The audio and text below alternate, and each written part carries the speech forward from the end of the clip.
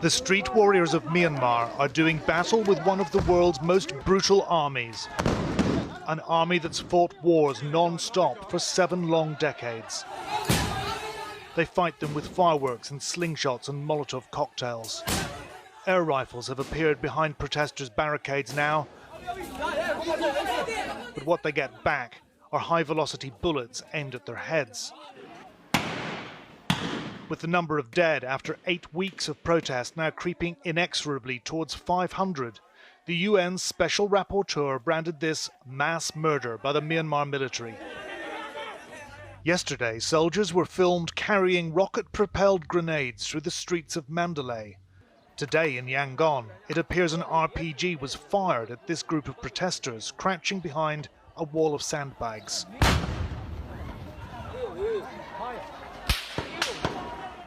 One moment the sandbags are there, next they're gone. The protesters have allies in the ethnic insurgent armies which have battled the Myanmar Tatmadaw on and off since independence from Britain. This, the Shan State Army. But there are ethnic Kachin and Karen forces too.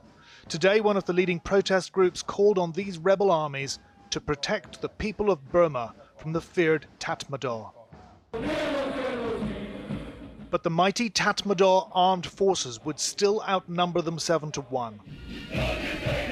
On the weekend, the world watched aghast as coup leader and war crimes suspect Min Aung Hlaing celebrated Armed Forces Day with a Pyongyang-style jackbooted hardware fest, even as his soldiers and police shot 114 protesters dead in one day.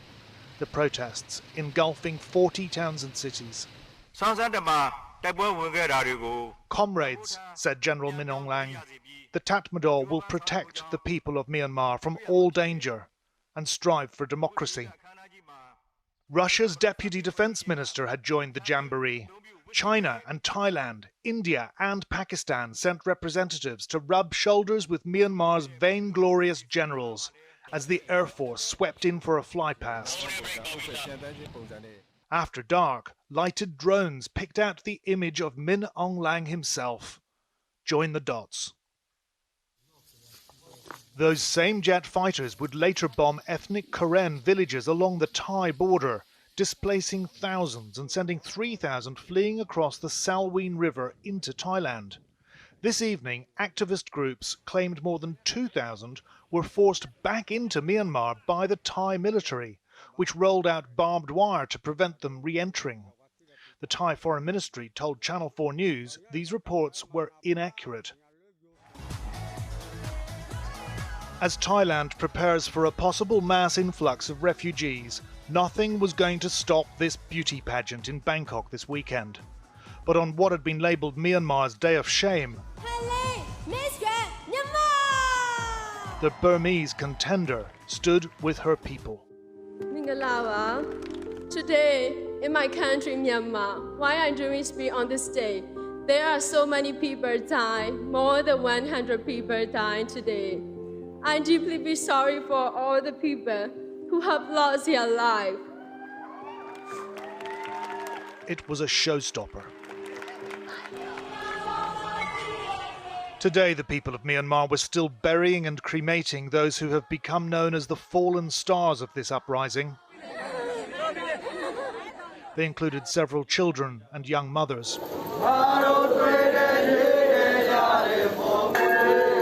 They sang the anthem of a previous uprising against another junta 3 decades ago. The words, "We will not forget the history written in our blood until the end of the world."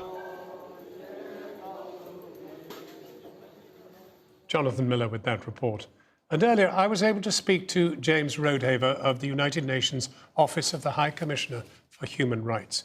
I began by asking him if he agrees that what's happened over the weekend amounts to mass murder.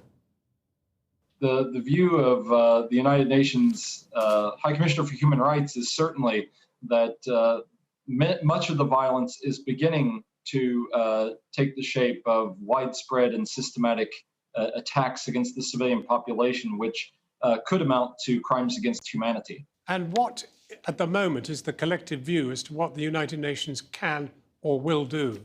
We are hoping for collective action that will stress the need to return to democracy on a timetable that necessitates the end of the violence, not a year from now, but now. But whilst the negotiating as to what happens next goes on at the United Nations, people are dying by the day. Absolutely, and of course the deaths are growing at a great pace. I mean, right now there have been about 450 or more deaths just since this coup began. So what is your section of the United Nations advocating as of now? There needs to be collective action taken to impose targeted sanctions, both, particularly on the economic front. There needs to be a global arms embargo. What is also needed is the international community has to come together to protect the people of Myanmar and to ensure that the organizations that can provide greater protection, that can meet their humanitarian needs, that they get the assistance and support that they need to do that mission and that mandate. Can we expect that Thailand will join some sort of action to save lives? Well, of course, in the last few days, a number of people have crossed into Thailand seeking, protection, particularly as armed clashes have occurred in areas near the border. And of course, you have to hope that the right of people to flee such violence and to receive protection will be respected. With our populations watching this killing on our television screens, we also know, do we not, at this moment, that there is no probability of anybody even visiting Myanmar to challenge these people, politically, to ask them to stop. I do know that in terms of the collective will of the member states, there is at least a recognition that this situation is out of hand, that the violence has reached a level that is in no one's interests, and that voice has to be continually raised until action is taken. James